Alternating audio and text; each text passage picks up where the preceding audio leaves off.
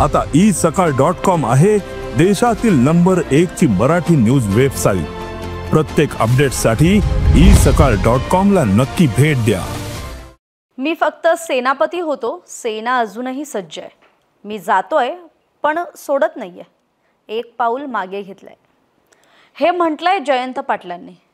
ज्यावेळी जयंत पाटील यांनी राष्ट्रवादी काँग्रेस शरदचंद्र पवार पक्षाच्या प्रदेशाध्यक्ष पदाचा राजीनामा दिला, त्यानंतर बोलताना खरं तर त्यांनी आपल्या भावनांना वाट मोकळी करून दिली।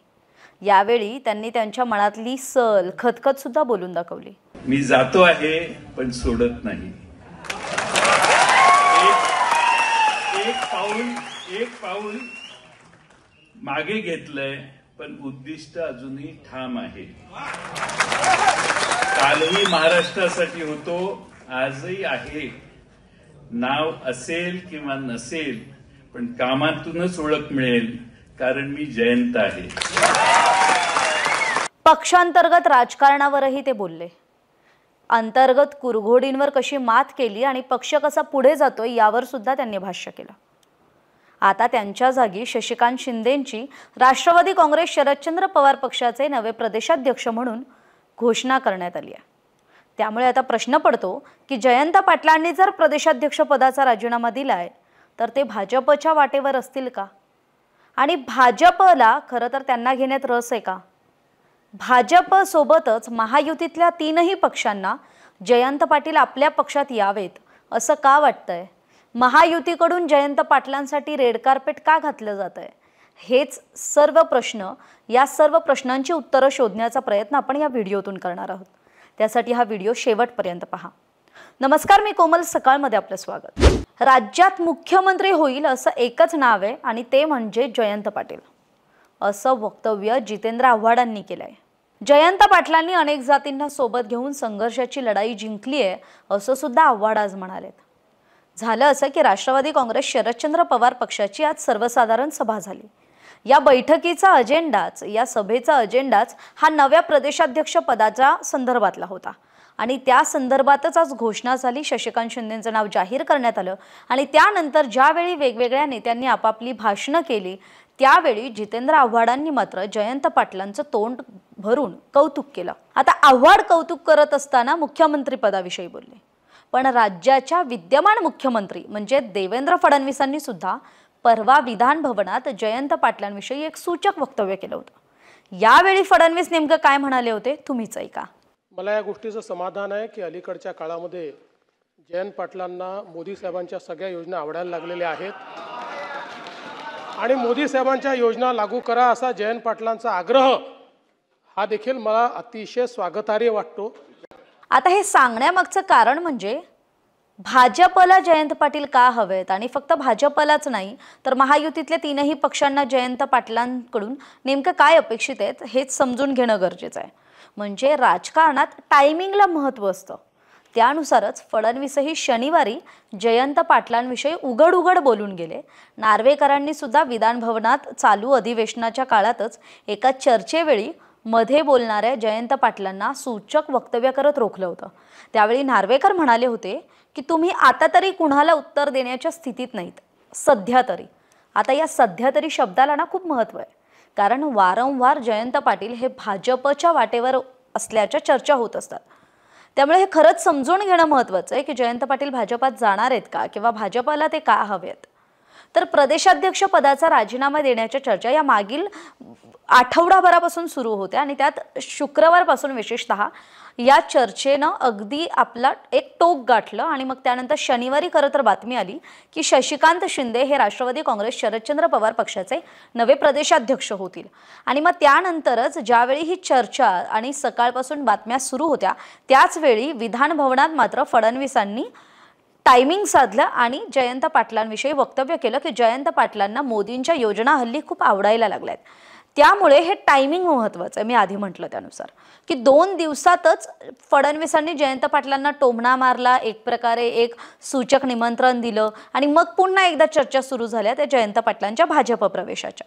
आता शिवसेना आणि राष्ट्रवादी काँग्रेस पक्ष फुटल्यानंतर जयंत पाटील भाजपात प्रवेश करतील अशा चर्चा त्यावेळी सुरू होत्या, म्हणजे 2022-23 मध्ये। पण मध्यंतरी जयंत पाटलांनी एका संस्थेच्या कार्यक्रमात सांगलीत केंद्रीय मंत्री नितीन गडकरींना सुद्धा प्रमुख पाहुणे म्हणून बोलवलं होतं आणि त्यावेळी गडकरींनी केलेलं त्यांचं कौतुक ऐकून पुन्हा एकदा जयंत पाटलांच्या भाजप प्रवेशाच्या चर्चा रंगल्या।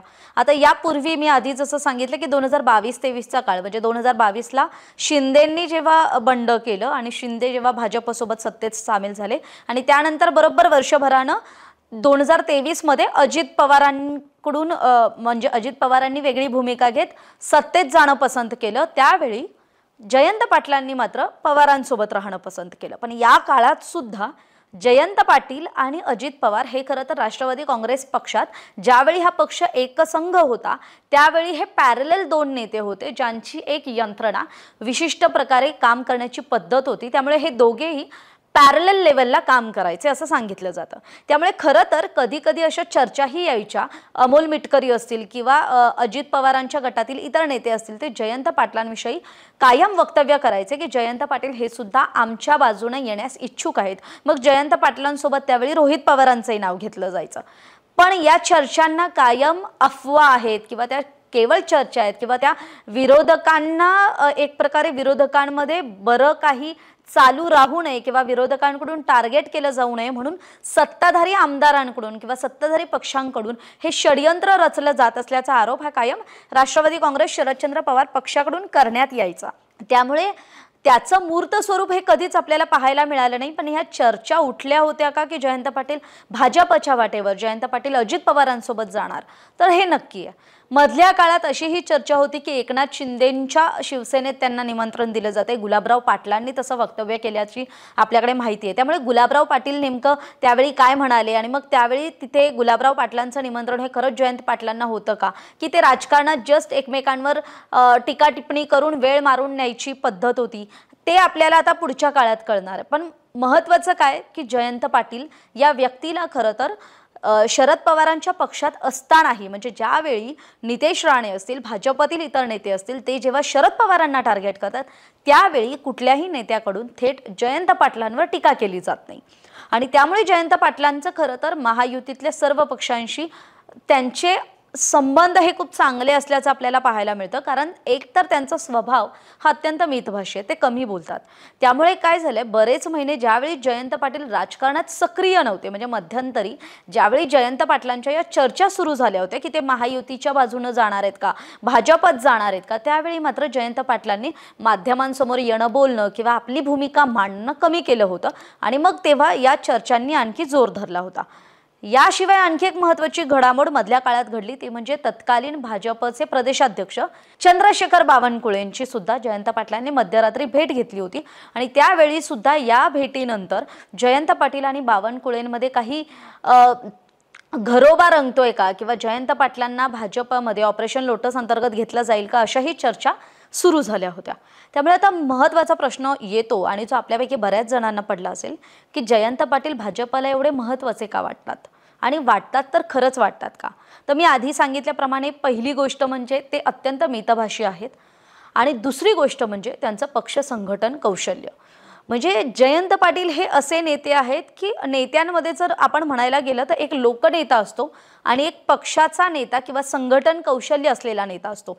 म्हणजे आता जर तुलना करायची झाली तर राज ठाकरे यांना मतांचा किंवा जनाचा मताच्या रूपाने आधार मिळत नसला तरी त्यांच्या सभांना होणारी गर्दी बरंच काही बोलून जाते। त्यामुळे राज ठाकरे हे लोकनेते किंवा गर्दी जमवणारा नेता म्हणून पाहिलं जातं, पण जयंत पाटील हे अत्यंत मुरब्बी धोरणी राजकारणी म्हणून पाहिले जातात, कारण जयंत पाटलांचं राजकारण हे एक वेगळ्या पद्धतीचं आहे। ते मितभाषी आहे, ते सांगली जिल्ह्यातून येतात आणि त्या सांगली जिल्ह्याचं सुद्धा सांगायचं झालं तर काँग्रेसचा बालेकिल्ला असलेल्या सांगली जिल्ह्यात मात्र त्यांनी आपल्या पक्षाची पक्ष संघटना मजबूत ठेवण्यात कायम महत्त्वाची भूमिका बजावलेली आहे आणि त्यात ते यशस्वी सुद्धा राहिलेत, कारण त्यांनी त्यांचा मतदारसंघ हा मागील काही काळापासून आपल्या जो राष्ट्रवादी काँग्रेस पक्षाकडे आहे तो तसाच धरून ठेवलाय। म्हणजे ज्यावेळी मोदींची लाट आली 2019 साल असेल 2024ची आत्ताची लाट, ज्यावेळी खरं तर पवारांना आणि महाविकास आघाडीला मोठा धक्का बसला, त्यावेळी काँग्रेसचे बडे बडे दिग्गज पडले खरं तर विधानसभेला, त्यावेळी सुद्धा जयंत पाटील मात्र आपली सीट शाबूत ठेवण्यात यशस्वी ठरले. त्यामुळे त्यांची वक्तृत्व शैली जरी मितभाषी असली तरी अत्यंत प्रभावी आहे. बोलताना ते कधीच आक्रस्ताळेपणा करत नाहीत. अत्यंत शांतपणे मुद्देसूद मांडणी करून आणि कधी कधी त्यांच्या खास मिश्किल पद्धतीत टोले लगावत ते सत्ताधाऱ्यांचे वस्त्रहरण सुद्धा करत असतात. मागील 3 दशकांपासून ते सांगलीतल्या इस्लामपूर मतदारसंघाचं प्रतिनिधित्व करतात. ग्रामविकास आणि गृह खात्याचं मंत्री म्हणून त्यांनी काम पाहिलंय. अर्थमंत्री म्हणून सुद्धा त्यांनी काम पाहिलंय. जयंत पाटील हे शरद पवारांचे अत्यंत विश्वासू मानले जातात. म्हणजे अजितदादांनी ज्यावेळी साथ सोडली त्यावेळी सुद्धा जयंत पाटील हे शरद पवारांच्या पाठीशी ठाम उभे राहिले. ते शरद पवारांसोबतच राहिले.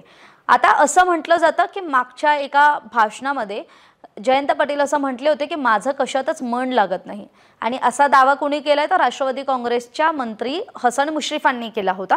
आता जर हसन मुश्रीफांनी जयंत पाटील हे सांगायचं झालं तर पूर्वी ज्यावेळी राष्ट्रवादी एकसंघ होती त्यावेळी हे दोघेही सहकारी होते. पण अजित पवार ज्यावेळी वेगळे झाले, अजित पवारांनी ज्यावेळी वेगळी भूमिका घेतली त्यावेळी हसन मुश्रीफांनी अजितदादांसोबत जाणं पसंत केलं आणि जयंत पाटील हे पवारांसोबत राहिले. त्यामुळे हसन मुश्रीफांनी हा दावा केला होता.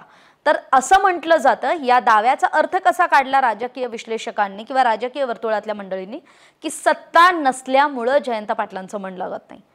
पण आता हसन मुश्रीफांचा हा दावा जर खरं असेल आणि जयंत पाटील यांचं मन कदाचित सत्तेमुळे, सत्ता नसल्यामुळे कशातही लागत नसेल तर हा प्रश्न आपल्याला पुढच्या येत्या काळातच या प्रश्नाचं उत्तर मिळेल.